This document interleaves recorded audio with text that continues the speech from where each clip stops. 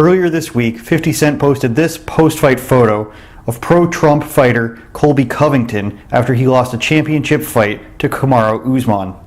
Before the fight, he promised to present the championship belt to Donald Trump and mocked his adversary's African heritage, asking, "What has his family ever done for America besides served in a federal penitentiary? Enjoy the broken jaw, you racist piece of shit."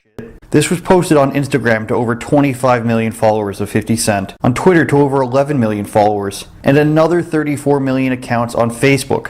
That's almost double the population of Canada and more than the entire countries of Italy and France. So what's the problem?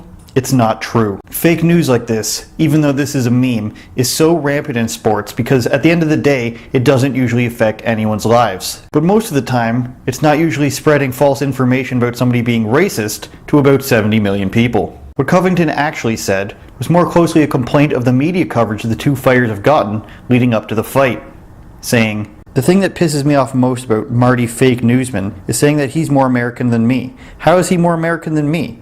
My family has served in the Korean War, in the Vietnam War. My family has shed blood for that flag, for the red, white, and blue of America." But most people are even more upset about what he said after. What has his family ever done for America besides serve in a federal penitentiary?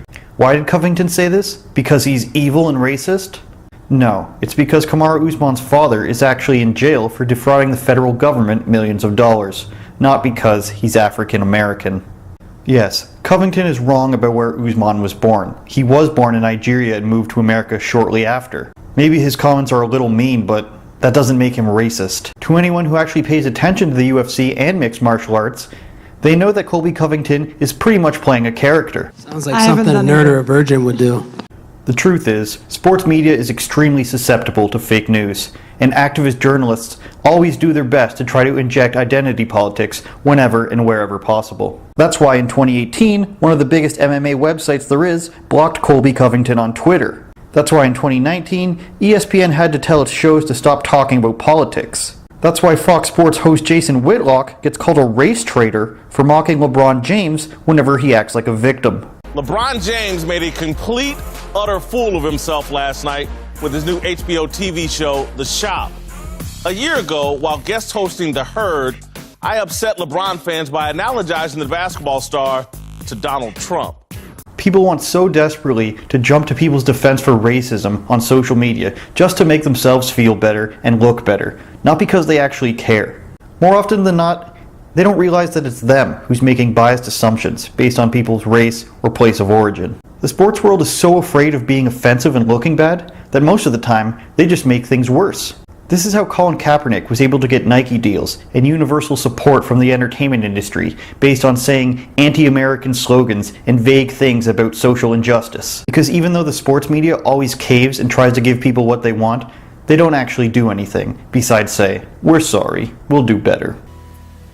We're sorry. That's why when the NHL found out that a coach had said something racist 10 years ago, they had panels on Hockey Night in Canada suggesting that the company hire more black people and have more black people on camera. They came back next week with an all-white cast, from everyone in studio to the infield reporters, all white. Sorry, outrage police. You just can't have it both ways. You can't simultaneously tell people that everything is racist and is in need of a giant overhaul, and then turn around and then do absolutely nothing about it. Maybe, just maybe, a radical suggestion would be to judge people on an individual basis. Or maybe a better solution is to just change our entire society so that everything's based on likes on social media so that we can feel better about ourselves.